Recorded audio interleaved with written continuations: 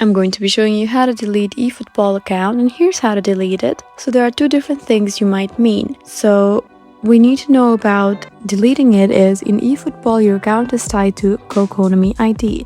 So you can either delete game data, which is very easy, or you need to delete your Konami account permanently. So it's one of these two that you mean. So we're going to do both. So to delete game data is pretty easy. All you need to do is open the game, and once you're in the game, you'll be in this page right here. You just need to access extras right next to Academy, and after you're here, you just need to tap on support. After you're there, you just need to find the option of data transfer. So just go ahead and tap on services and info, and after you're here, you'll have all these options, and right there above an available list, you have delete user ID. Just go ahead and tap on that option, and your team and progress will be erased. So this is how you do it with the first one. But if you want to delete your Konami ID permanently, then this deletes your entire account forever.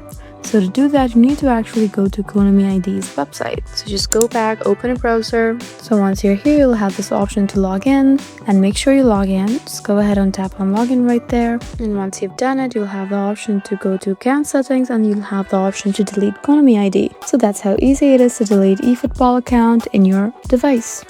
I hope this video was helpful for you. Please leave us a like and drop us a comment down below, and we'll see you again in our next video. Thank you for watching.